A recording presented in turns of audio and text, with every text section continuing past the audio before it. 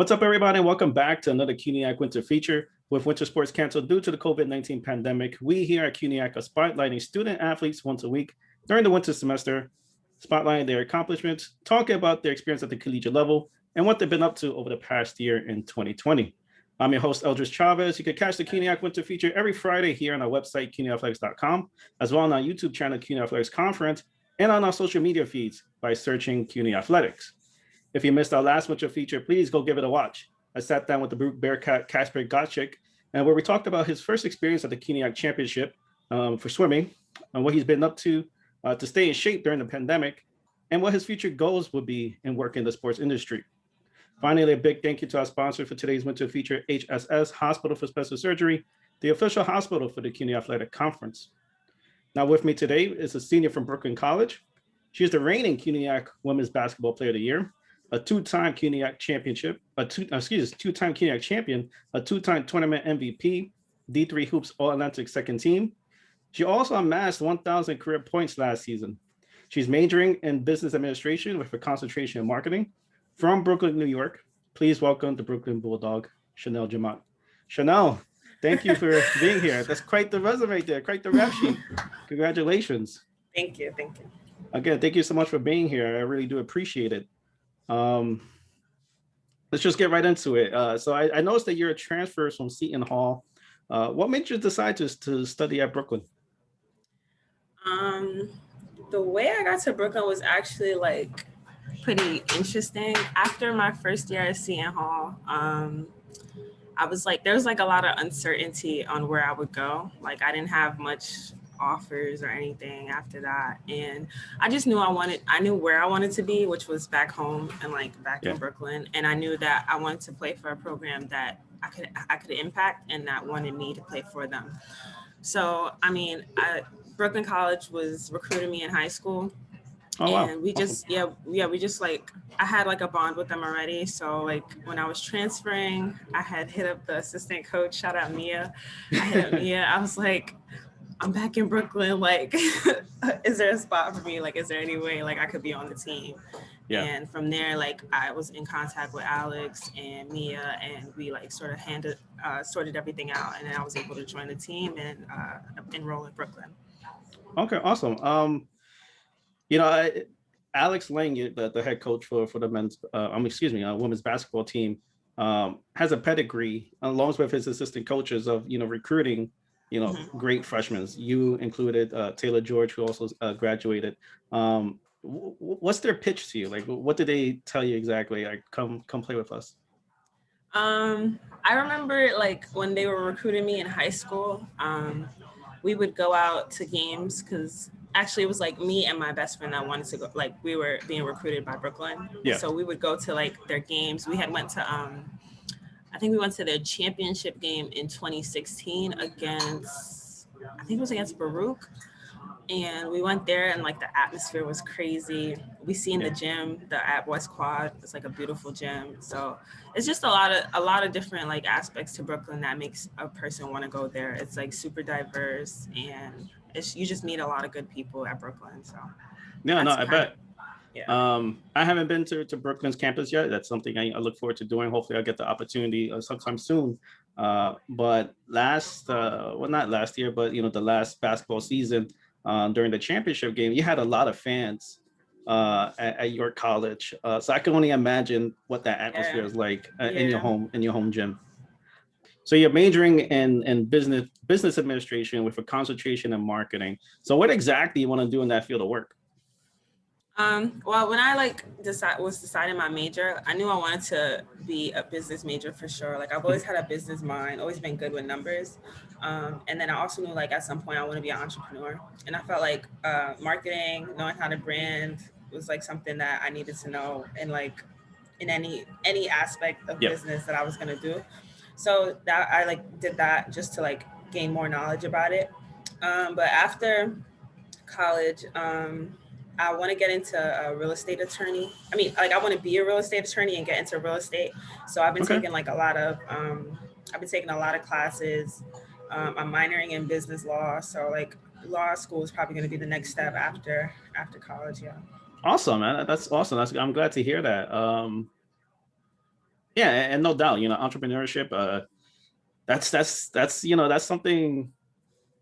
Granted, you want to get into the real estate market as well, but to be able to kind of just brand something out of thin air and able to like make it something out of nothing, Yeah. that's a lot of dedication. That's a lot of hard work. That's a lot of man hours. So whatever path you choose to go in, real estate or creating a business, creating a brand, more power to you, and good luck to that. Hopefully things work out the way you want it to be. So that's awesome.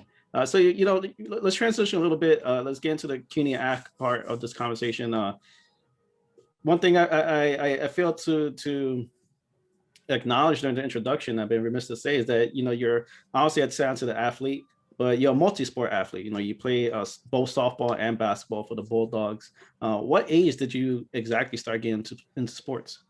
I don't recall because I was so young, but I guess the word around my family is like, I want to say like 3.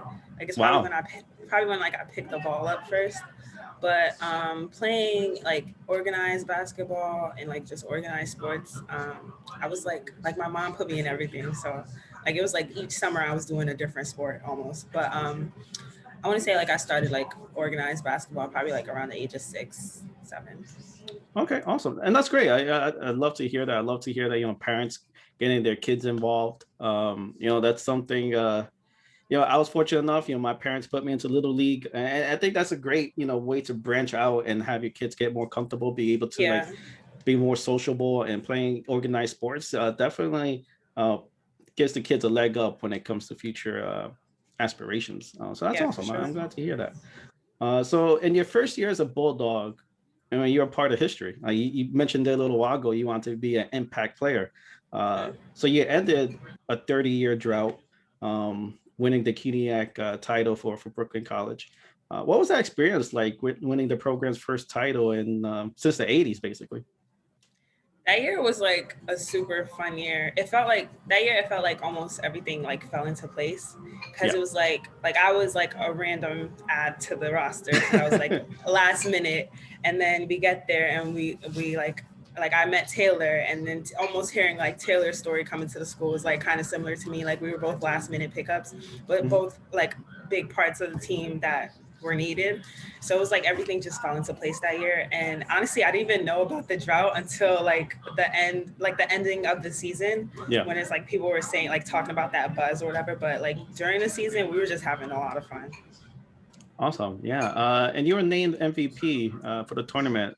Do you, like what was that like? Like, well, can you just talk about the experience of the actual tournament? One and done kind of thing. So what was that like? Just adrenaline, your mindset, things like that.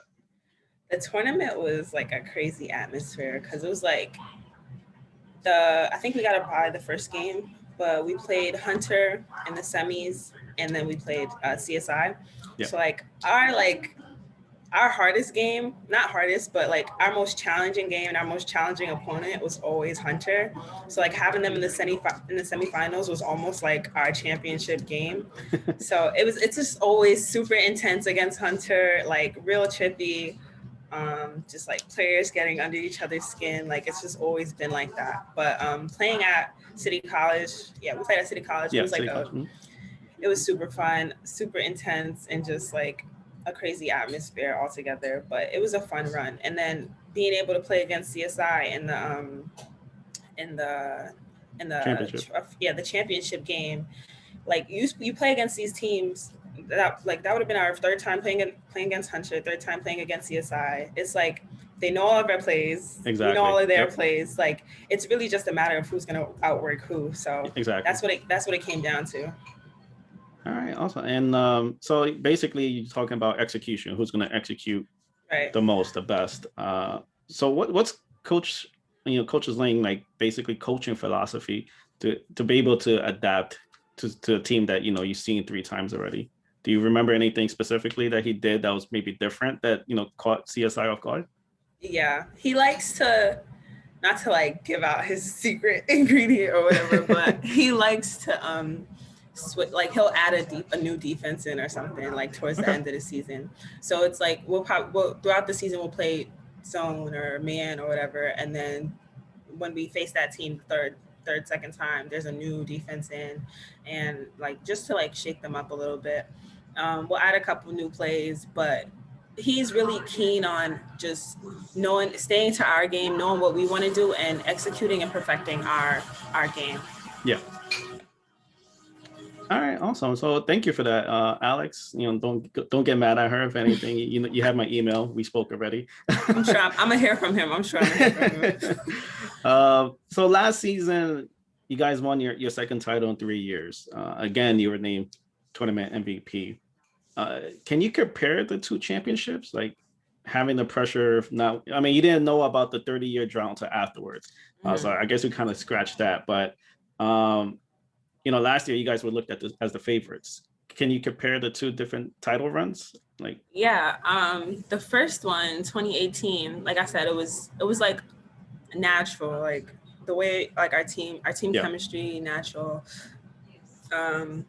The way that we like was able to come together so quickly, it was just a fun run. It wasn't. I really didn't feel any pressure. I was coming off the bench that season, so like I felt no pressure whatsoever, and I didn't know about the 30-year drought. Yeah. Until after. But this past season, I'd say there was more pressure on myself because of what we had, what had happened during the 2019 finals when we played against Hunter. So just like memories and like remembering, like that was a feeling that I didn't want to feel again, and that I know that our team wouldn't want to feel again. So it was like just proving to like it was just our team proving to ourselves that, at this time around, we're going to win, like, no matter what it takes. So I guess that's just the difference. Just like the feeling of knowing what it's like to lose everything. Yeah, 100%.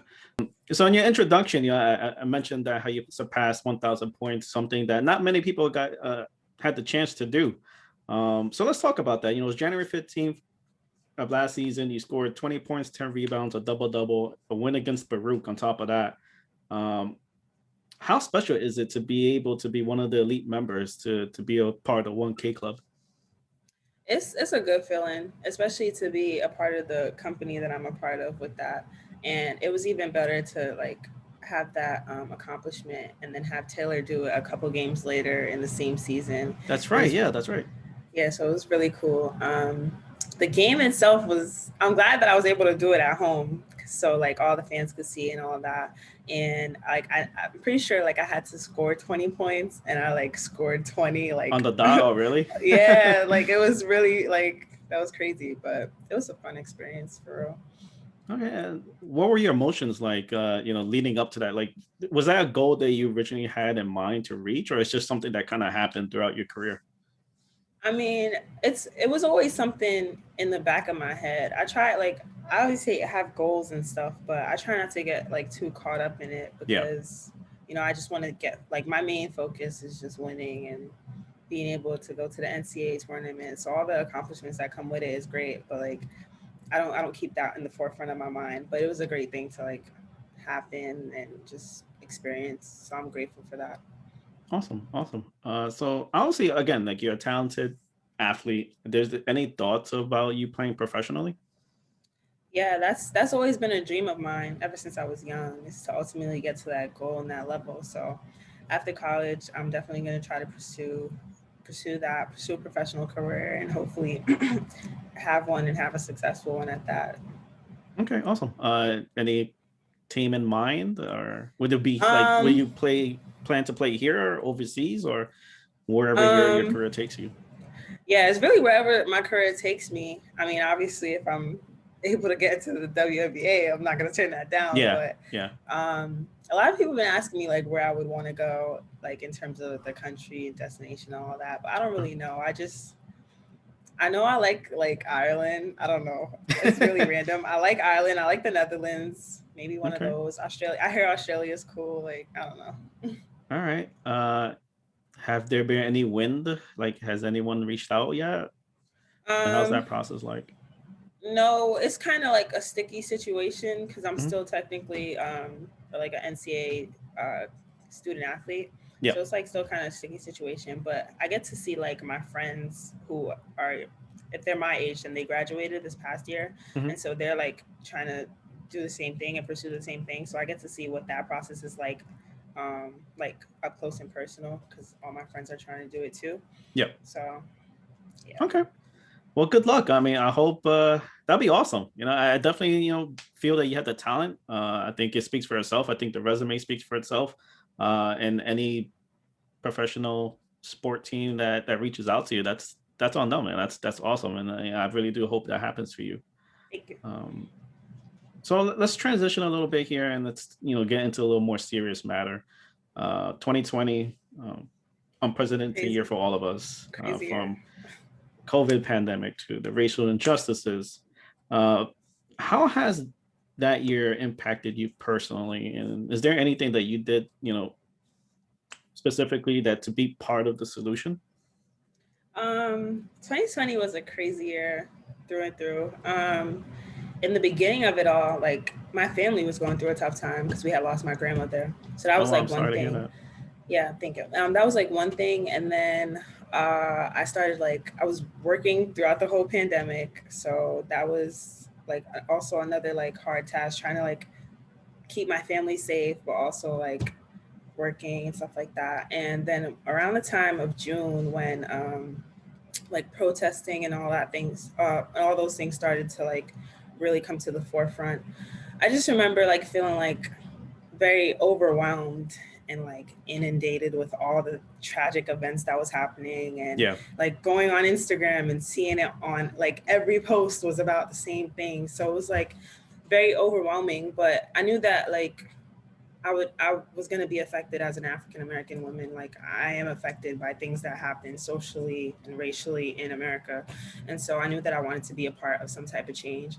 I ended up going to like a couple of protests, life-changing experience. Like for anybody that hasn't been, Yeah. it was like, it was so crazy. It was great to see how many like different races and cultures and everything was out there like supporting one great cause, but it was like a super life-changing experience and I like recommend just to go Yeah. for Can you anybody. elaborate a little bit? Just Like so I'm like I was in the Flatbush area. There was okay. like a bunch of protests like around Barclays Center. Yeah. So like we would go to, like there it would start at I think Grand Army. We marched to Barclays and then like march around. Some people would go like across the bridge to Manhattan or whatever. But when I actually went with my little sister, and we was at Barclays in front of the arena, which is like basketball oriented anyways, and it's Yeah. like a just big event happening there. And there was one instance where like everybody would get on the floor and like face down on the floor and like you gotta like put your arms behind your back and stuff like that. Yep. And so it kind of like reenacted what a lot of people had went through minutes, seconds before they died due to like police brutality and all that. So it was like really heart tugging, I guess. I can only But imagine. yeah, it was like that, just that experience alone, just laying face down and like chanting with them was like, wow, like this really happened to a person. It's like crazy. It just changes your perspective on a bunch of things. It was pretty dope. 100%. 100%. And I'll be the first to admit that I was very ignorant on the history Mm-hmm. of you know not only what Black Lives Matter meant, because this is way before the Black Lives Matter was something that wasn't just 2020. It's been Right. in Yeah, it's existence been for the around. past few years. Mm-hmm. And I was ignorant to it. Like I didn't know the exact meaning of it. And I opened up my eyes. I think 2020 definitely made people realize like, well, I can't curse here, but like what the heck is the matter? Like Yeah. Yeah. open your eyes, people. Like this isn't cool. It definitely brought like a lot of injustices to the forefront. Yeah. And it was a good thing that everybody like I said, all different types of people were able to use their voice and like bring more awareness to the problem. So that Yeah. was a cool thing to see. Yeah, and I'm glad that you were able to participate in that and be part of a solution and be part of a movement. That's awesome, and I love to hear that. And then you bring your younger sister. How was that experience like for her? Like, did she say anything to you afterwards? Yeah, um she was actually like very excited about it all. She Yeah. had been to a couple of protests before me, before I had went out because I was working and everything. Yeah. So like by the time she had came with me, she was like used to how everything ran. Like I was like looking to her like, oh, is that supposed to happen? Okay, like, awesome. But yeah, no, she was really just soaking it all in and just like feeling the experience of everything. And it's going to be a story that we're going to be able to tell to our kids and just keep it in our family. So yeah, no, I agree. You know, my cousin, he's half Ecuadorian, half black, and he did protesting as well. He was actually made it into social media up in New Jersey where they were having their protest, and you know, it's touching. You know, he's a young man. I think he's not even 22, 23 maybe. And to be able to have that voice and kind of just tell everyone what's really going on, and that's something I'm really proud that he was able to do, and I'm proud of the people and happy for the people who were able to participate in this and be part of a movement that, like you said, you know, we're going to share for a lifetime. So thank you for that. I genuinely thank you for being part of that. Trying to see how we could transition to that. You know, something I asked people during the pandemic, like, has there been anything that you maybe learned about yourself that, you know, since we're quarantined, we can't really do much. Is there anything that you were like, oh, okay, wow, I didn't know this about myself? That's a good question. I guess what I learned was just there's always a need for a pause in your life. Like I feel like the pandemic definitely like forced a lot of us to just put a pause on like our work life and just like appreciate the things that we have around us. So if anything, that's what I learned. And I learned that sometimes that pause is needed to refocus and like rejuvenate and get energy. And then that way you could put your best foot forward once you are able to get out of that situation. But like definitely that there's a pause needed in all aspects of life, and that sometimes we all just need to chill out, take things day by day, and appreciate what we have in front of us. No, well said. I think that's perfectly said. Thank you for sharing that. And thank you for spending some time with me. I really do appreciate it. You know, before I let you go, I do have one more question for you. It's something I ask all of my guests. 10 years, what do you see yourself at? 10 years. I'd be 32. Probably well established into my career. Hopefully with a family. I don't know. I think just wherever life takes me, that's where I see myself. I don't know. I'm a pretty like go with the flow kind of person. So wherever things take me, that's where I'll be. Oh, no, that's perfect answer, perfect way to look at it.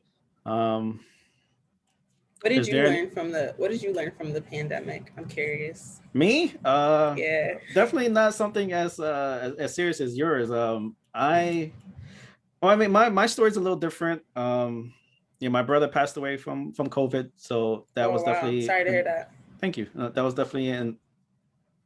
I can't even put into words, to be honest. Like I think I was just fool myself to trying to find the right way to explain that emotion.